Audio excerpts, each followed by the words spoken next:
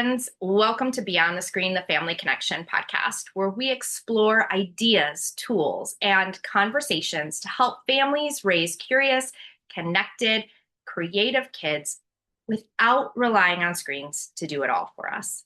I'm Dr. Samantha Hayes, educator, parent, and founder of Beyond the Screen Families. And I would love to introduce you to Molly, who's sitting next to me here, the founder of Friendship Builders, and I'm going to let her explain a little bit more of what she does to you today. Well, thank you, first of all, so much, Dr. Hayes, for inviting me to participate in this podcast. It's been such a pleasure to get to know you better. And so I started Friendship Builders about, I'm going to say 3 years ago, after selling my first private practice, Coastal Speech Therapy. I said, well, I'm never going to start another private practice again because, it's just a lot. It's a lot of work. It's just a lot of effort managing people. And I really missed working with the kids. So following the pandemic, after COVID, or even actually during COVID, I recognized a huge social emotional regression and lack of development in our children and our teens. Because we were socially isolated, there was so much social anxiety, impulse control, frustration tolerance, emotion regulation difficulties, and that anxiety became so pervasive in our culture. Mm-hmm. And I remember my kids saying, "Mom, how do I greet an adult? Do I shake their hand?" And so there was just a lot of ambiguity and unknown expectations. We use our eyes and our brain to make good judgments as to if someone is a kind or an unkind person, which helps us understand how to either introduce ourselves or react to them. But if they're wearing a mask, then that reduces our ability to understand what they're thinking or feeling or might say. And so we're not quite sure how to approach that person. Mm-hmm. So I started Friendship Builders because I wanted a safe, organic space for children and teens to feel like they could share their social dilemmas and understand how to recoup after rejection, or how to maintain conversations, or even for the young ones, how to start and continue play. Children learn language and how to navigate our environment through play. So if children aren't playing, then they're not acquiring language and learning how to have collaborative, cooperative play skills and how to be a flexible person. So you do this in groups with children? Yes. Okay. So I organize small social skills groups, and I pair the groups based on social, emotional, developmental age rather than like chronological age or gender. Mm-hmm. And I organize these groups based on the child's strengths and areas of interest. And I hope to be able to help the children feel a little bit more comfortable and less stressed out about making friendships, because I think we've lost the art of how to make friends and how to be friendly, because we're also isolated and compartmentalized and scared to say, "Hi, I'm Molly," or and I want to bring that back to our culture. So that's what I'm trying to do. It's happened a lot as screen usage has continued. That isolation, like you're just like going in yourself with the screen. Yes. Yeah. And it's an addiction. We have a pandemic of an addiction to screen time. Limiting that amount, duration, and frequency is very difficult as a parent. And because of the pandemic, our duration and frequency of screen time increased exponentially. Yeah. So that's why we're seeing an increase of ADD, ADHD, anxiety, depression. And I want to bring back interpersonal communication and in-person play and dialogue, so that we reduce there's nothing wrong with interfacing on technology. There's definitely a time and a place for that. Yeah. But I think everything in moderation. So that's why I believe in that interpersonal physical connection. Yeah. So today we're talking about those parenting questions we all think, but don't say out loud. And you need to listen to the end because we're also going to share something that's happening in a couple of weeks that you probably want to sign up for. So you should stay tuned. So let's talk about those questions because you're talking a lot about the interpersonal, like ness, Right. the interpersonalness Exactly. and Right. friendships of kids. But then we have those questions as parents too. Like, this kid was mean to my kid. And do I call the other parent? Do I like reach out and connect with them? Like, what advice do you have in those kinds of situations? Let my kid fend for themselves? I don't know. Right. Well, I mean, being a mother myself from a personal parental perspective, not just a professional perspective, I have a 19-year-old and a 16-year-old, two girls. I remember when they were, 8, 9, 10, navigating social dilemmas. Um, and, it's moms talk. There's a lot of chit They chat. sure do. A lot of chit chat, right? Picking up the kids, dropping the kids off. There's a lot of chit chat going on. And, I think sometimes, especially as moms, we tend to judge ourselves based on how our child's behaving and how they're fitting in to the group. Whether it's, my daughter was invited to Sally's birthday party, or was excluded at the playground, or told the teacher someone called her a name, or whatever it was, or even now on Instagram and on Snapchat, all of those, it's that whole it's just exponentially huge. Right? Huge. It is huge. Or even like, I wasn't invited to this party and I only know it because I saw it on the feed. Yes. It's painful. Yes. And it's real, and it's happening at a much younger age than even when you and I grew up. So it can be very challenging. And my heart goes out to parents, but I do believe that as far as recognizing that our children might also be culpable, might be not always innocent in exacerbating or starting the drama, is also important. So being realistic and pragmatic about the fact that maybe our child's not perfect, and maybe they are feeding into this sort of like toxic, drama, especially girl drama. So, which does happen, right? Yeah, it's really hard to prevent that from happening. Yeah. But yeah, I think just listening to your child and leaning in and just saying, when you want to talk to me, I'm here for you. And, timing is everything. And just, I'm open ears. I'm not going to judge you. I'm not going to criticize you. I just want to hear from your perspective. It's a lot.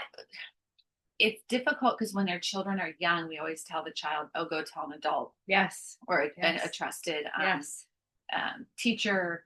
But then where does it go from tattling versus telling? And that happens usually around 7 years old to like 9, where we want self-advocacy and we want children to learn how to problem solve themselves. So whether that's always telling a parent, but also negotiating and compromising with the peer, or even how to recoup after rejection, like, I'm going to walk away, maybe play with someone else. If I'm not included into this popular group, maybe I'll start my own group, or have my own party, start my own club, or whatever it is. But the earlier we can teach those skills, I think the more successful our children will become, not only like academically, but also socially. And my goal is for these children's self-confidence and self-esteem to be so, they have such conviction over that, they're able to walk into any novel or familiar environment with confidence and a smile, and be a likable, charismatic person, whether they're introverted or extroverted. And I think that'll carry them, over to whatever profession that they choose, because that likability factor, that positive energy it's contagious, but it's also it's a beautiful thing. So that's why I believe that it all starts with social skills. Yeah, and that connection I hear over and over again, like that really intentionally teaching connections and how do we connect. And I keep thinking as you're talking, like, you're bringing up why at least for me, it's so important to delay the use of social media. Absolutely. Because as long as possible. Yes, because I think about even as a parent myself and seeing, my children are not on social media. Sure. But I see kids and they're like, oh, they went to this birthday party or they went to, this event or whatever. And I'm like, oh, I didn't take them. Does that make me a bad parent? And I'm an adult, and then I can navigate through it all and be like, no, no, no, like, these are, I'm making choices that work for our family and all of these things. The kids can't, they don't have that ability to navigate it. So the longer we delay that and sure, we focus on those true connection skills, the face to face, the interpersonal, how important that is for them to be able to navigate all those scenarios. Sure. When they face them as they balloon.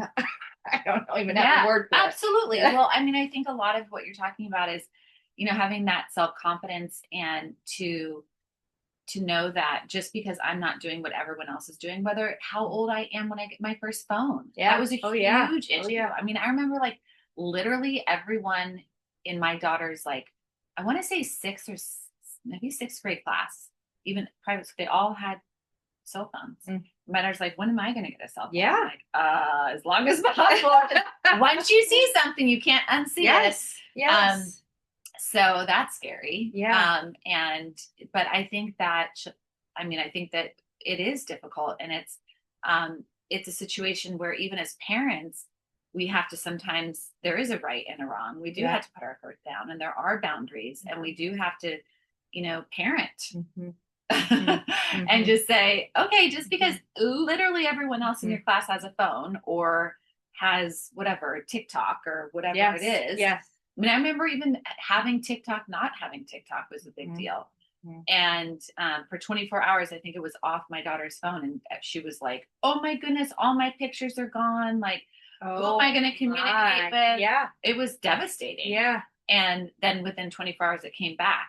This was about, I want to say 2 years ago. Wow. But it was pretty traumatic for she and all her friends.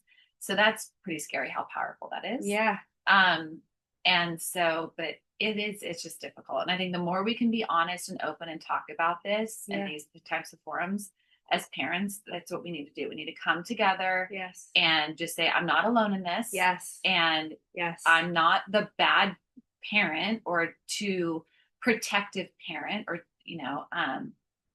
to mitigate or postpone my child's exposure to social media. I mean, and you're bringing up such a good point about, we get into like this stuck feeling as parents, right? 100%. Like, I'm stuck. Right. All of my kids' peers have phones. I need to get my child a phone too. I'm just stuck, right? Like I'm stuck and I need to do this. Right. And not to mention the cost of that, by the way. Yeah. Yeah. Or I'm stuck and I need to allow my kid to get on Instagram or TikTok or whatever it is. That's the popular one that I'm not going to name because I'm not cool. Right? Yeah. I'm like, there's so many. But you get into this like frame where it's like, I just need to go along and do with, so my kid's not left out. And yet that's actually like almost like the wrong step to take, right? Like instead it needs to be like, wait a minute, why am I making these decisions for my family? What's right for my family? Right. What's right for the intentionality I'm putting into raising my child to make sure they are connected and not just socially connected on social media. Right. Well, and it's intimidating as a parent because it is a huge, I don't want to say monster. Yeah. Because I definitely think there's a time and a place. But it's intimidating as a parent. And it can be, well, I think sometimes, especially as moms, we can have a lot of self-esteem, or we live vicariously through our children. And if our children are liked, or well accepted or popular or whatever, invited to this party or that party, I sometimes think that's validating for us, right? Or if they're liked on social media, we feel like, oh, we're liked. Yes. And it can be sort of this vicious cycle of, kind of like competing. I feel like we're competing with this huge cloud that we can't compete with because it's just so pervasive. It's so, it's everywhere. And it can be really challenging. To at least maybe not eliminate it, but at least manage it and mitigate its frequency and duration. And I just remember, like, even when let's just take, so when my two daughters were younger, my children were younger, I was interviewed by a news station about the possibility of early baby Einsteins possibly causing ADHD. I remember when all that stuff was coming out. It was like a big thing. I think NBC interviewed me. And it was huge. And as a speech and language pathologist, I came from a very scientific, evidence, efficacious-based best practices approach, but also from a pragmatic parental perspective of like everything in moderation. Not everything. Most everything in moderation is, I think, amenable, is not going to seriously damage the social or cognitive developmental part of our brain. But I will say it does activate parts of the brain that are, the amygdala, the hippocampus, all of those emotional, the limbic system, the midbrain, all of those emotional parts of the brain that have us either have impulsive reactions or just passive reactions we're not even aware of. And that can be a little damaging if it's not managed. We don't want to use social media as a babysitter, but also there's a time and a place for that. And some of those early Einstein videos were super duper educational. There's like Van Gogh and Picasso and all of the music and all of this. So I always saw the benefit in that. But yeah, so I just think that everything in moderation, is the way we got to look at it. And total like sidebar here, but I'm like listening and going, oh my gosh, I remember the baby Einstein discussion and everything that went with it, and people being like, okay, I need to pull my kid off baby Einstein, and thinking about where we are today, and the rapid pace and scrolling, and the discussion is starting to happen, but it almost like, it's like we just forgot. And we were like, it's fine. It's okay. Let's just give it to everybody. And now we have major issues with social skills and people not knowing how to connect or not knowing how to interact with people interpersonally. Part of it, as you presented, like brought on a lot, almost exemplified by COVID. But also this underlying piece that was kind of they're building, right? Because so many things keep coming out, which draw us away from the human connection piece. You and I met, we were like, hi, eye contact, smiling, body posture, all those nonverbal, subtle social cues that show the other person that you're, number one, likable. And you're friendly, but you also want to get to know them. And I think that if you're on your phone all the time, well, guess where your eye contact is? It's on the phone. And our eyes are like arrows pointing in the direction of what we're thinking about. So if my eye is on that screen, what do you think I'm thinking about? Well, right. Certainly not thinking about what you're saying. No, absolutely not. Right? And then the pings and the dings. You look around the restaurant. You take a guess at the probability, the likelihood, the percentage of children and adults on their phone. It's high. It's I say all the time, like when we go out to eat as a family on Sunday mornings, we go to breakfast. And I just naturally, because this is what I'm doing, right? I naturally just go and like scan, and I'll be like, oh my goodness. It's scary. It's scary. It's sad. It's actually really sad. We have people who just don't even know how to connect. Like, I know. Or how the manners and etiquette. Of a phone. So if you're on a date or if you're with a friend at coffee, are you going to look at your phone? Well, if so, are you going to share that with that person? Oh, there's something really important that I need to look at right now. Pardon me. Let me look at this. And then, as you were saying, there's a time and a place. Of course, there's emergence, especially if you have children. Right? You have to pick up your phone, which I certainly understand. But I think that we've forgotten how incredibly rude and disrespectful it is to be staring at your phone when someone's trying to have an interpersonal conversation with you. I mean, I remember at UC Santa Barbara, that's where I got my undergrad.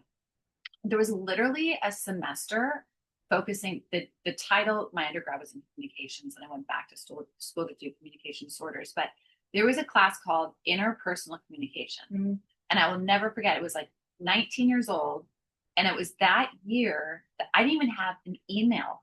It was like MySpace. What was it? MySpace? It was MySpace. What was that? I don't know. Somebody set up my MySpace account for me. So I was like, I don't even know what MySpace is. I'm like, wait, email? You want me to send in this homework on email? Right now we're divulging to everyone our age. I don't know. I mean, this is how fast technology is. Yes. Gone without telling you my age. Yeah. But anyway, I just remember the importance of interpersonal. There was a whole semester on interpersonal communication, and we've just lost the art, the importance of that. Yes. So it's something to be cognizant of. It's something to be aware of. We can't ever eliminate it completely in our culture. It's a part of our life. But I think the more we can continue talking about this and collaborating on how to manage it. Mm-hmm. I think it's just about manage our expectations, realistic expectations, and also, using it for what it was intended for, to expedite the speed of communication, which is great, but also the importance of remembering to play, to meet in person, and maybe not do everything via Zoom. Maybe actually have a coffee date with a friend. Yeah. So we don't lose the personal vibe and the personalness of being a friend, of being a human being. I think it's a beautiful thing. Yeah. And I don't ever want our culture to lose that. Yeah. Well, and then the intentionality that goes behind modeling, teaching our kids, all of those things, right? Yeah. So if we say, like, don't be on your phone all the time, right? But we are, and then we're on our phone all the time, or we're having a they're trying to talk to us, and and instead of like actually putting it away, I'm doing this instead. Like, what are they learning? What are we modeling for them?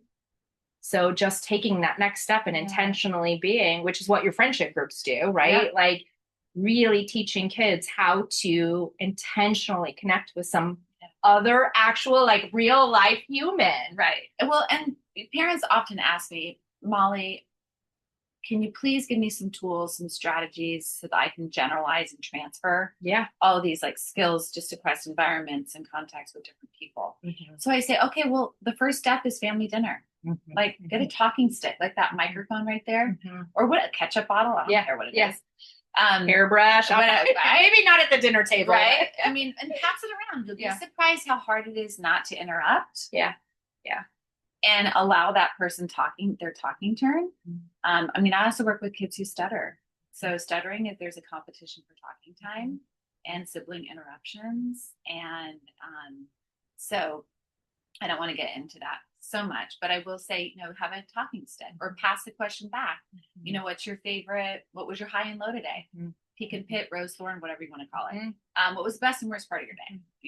And the kids are at this point are so sick of hearing about it. But oh my gosh, Mom. But I want to be known on my gravestone to be like high and low. Yeah. Like, that's mine's favorite and least favorite before bed. Right? Like, what was your favorite? What was your least favorite? I love that. Perfect. Yeah. Whatever you want to call it. It's just a way, and you'll get a little nugget, a little gold coin of something that happened to them during the day. Yes. Because if you just say, oh, how was your day? I'm like, fine. It's fine. But how about what was the silliest thing that happened today? Yes. Or did anything happen that was unexpected today? Or what was your high and low? So that's another pass the question back so you continue to. Yeah. We also, and it's better to be interested than interesting, right? We want to, right? We want to ask more questions than tell about ourselves. So we work on friend files, and like remembering what someone said in the past to ask follow-up questions. Yeah. So anyway, as you were saying. We sometimes add into just the question I was thinking of was, when were you kind? When was someone kind to you? I love that. Because the intentionality for me is like, It's easy. Oftentimes, my kids will give me an easy. I did this for somebody, right? I did this. We get to the point where when was someone kind to you? And there's a pause. Like then they really think, and they have to like sit back. And my kids are always like, well, what about you? And I'm like, oh, great question. Let me think on this, but like just the intentionality of thinking about your day and reflecting on it. And then listening. Active listening. And then listening. Yes. And, a lot of it is social fake. I mean, as our kids get a little older, we have a social responsibility in life to show interest, even if we're not interested. Their social filter, hold that thought, or think it, don't say it. Yeah. Read the room. Yeah. And that impulse, the verbal impulsivity can get in the way of that. But all of these things I think have exacerbated since COVID because we just have been on our screen more often.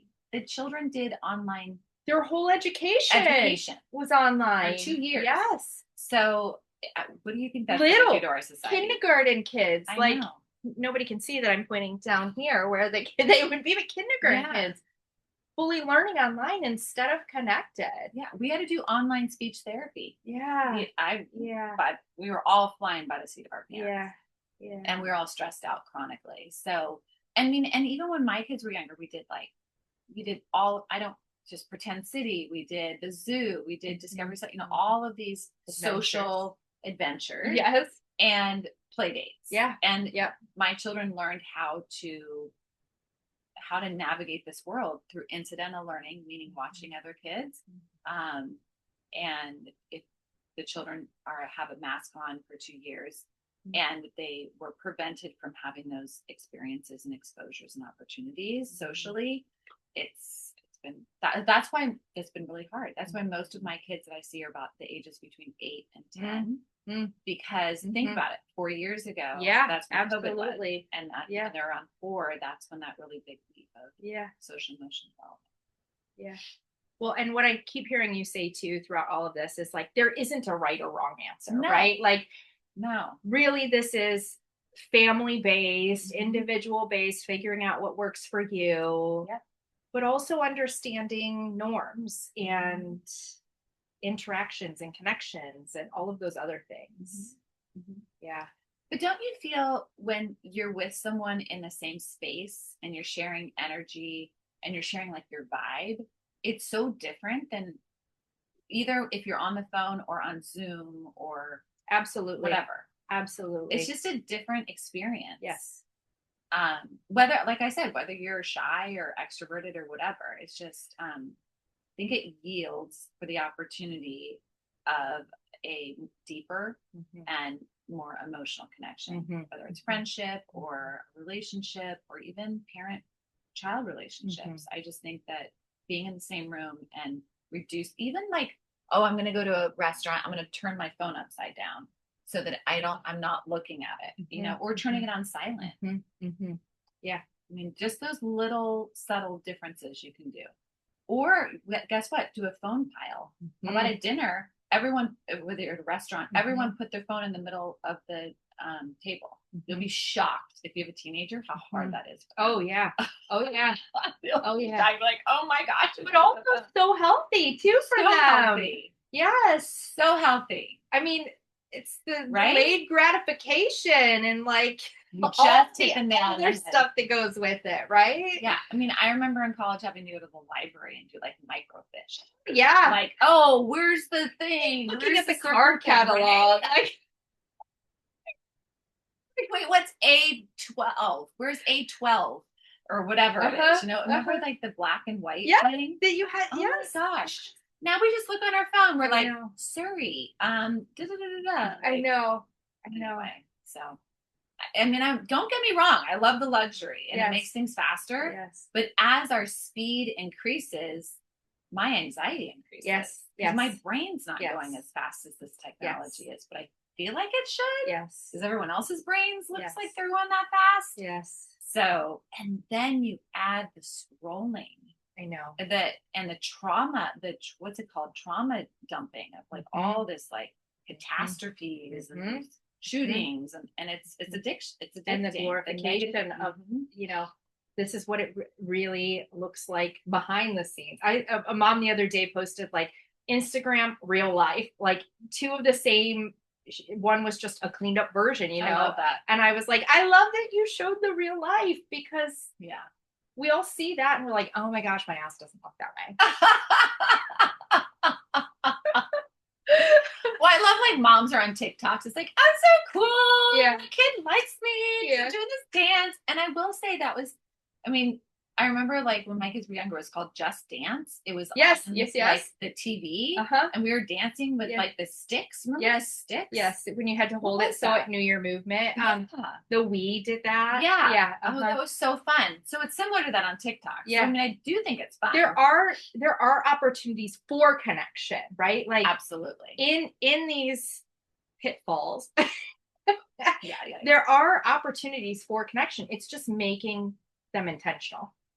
Making them intentional, yes. And that, well, you bring up a good point, is a lot of my children on the spectrum, my neurodivergent kiddos, and neurotypical, but mainly neurodivergent, are addicted to gaming.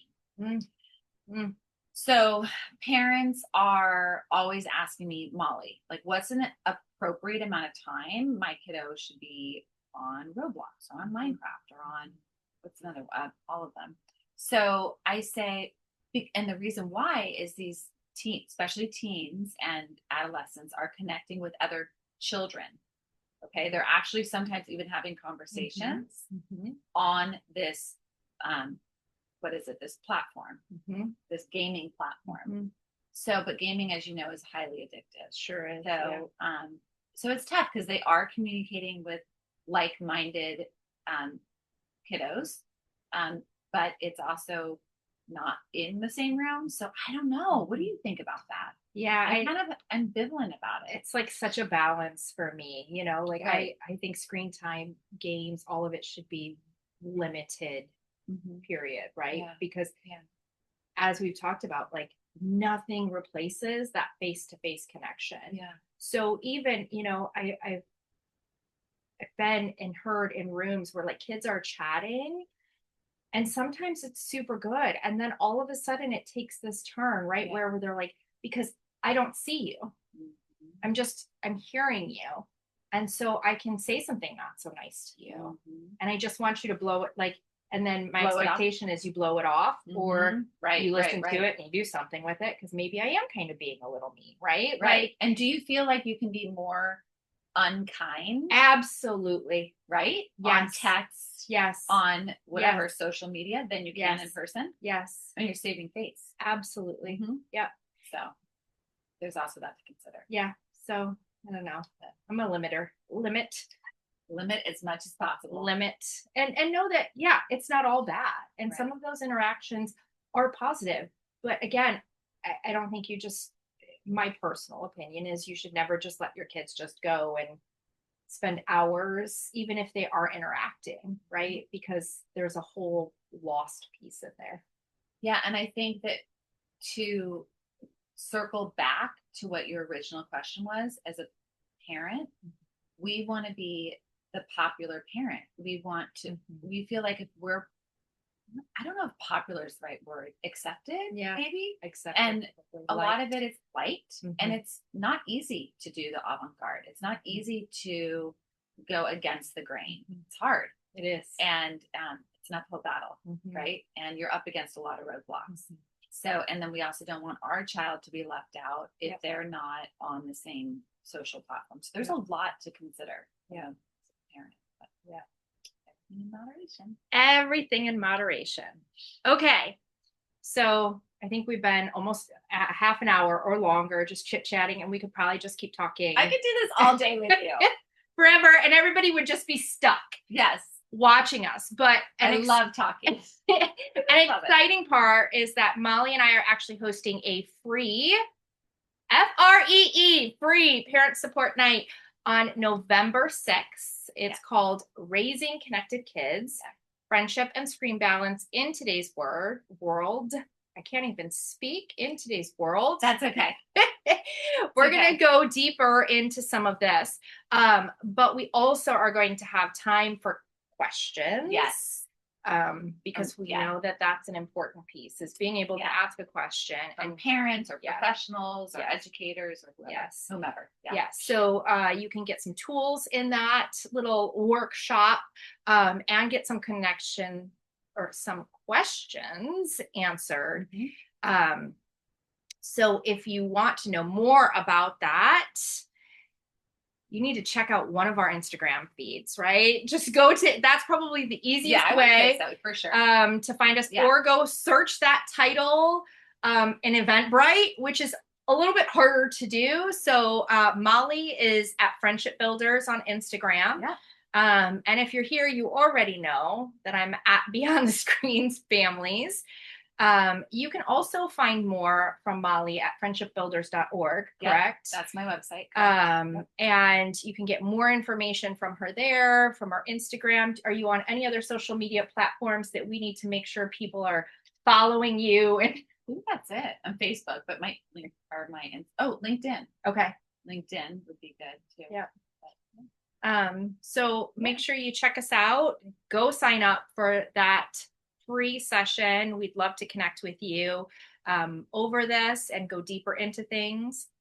Thank you for coming on. I love this. It's so fun. Thank you so much for inviting me. Yeah. I just feel so grateful. Yeah. Honestly. I'm grateful you were here to have this conversation, share it with everyone. Yeah. Thanks for listening today. And let's continue to create lives full of curiosity, creativity, and connection, fostering those moments that stick.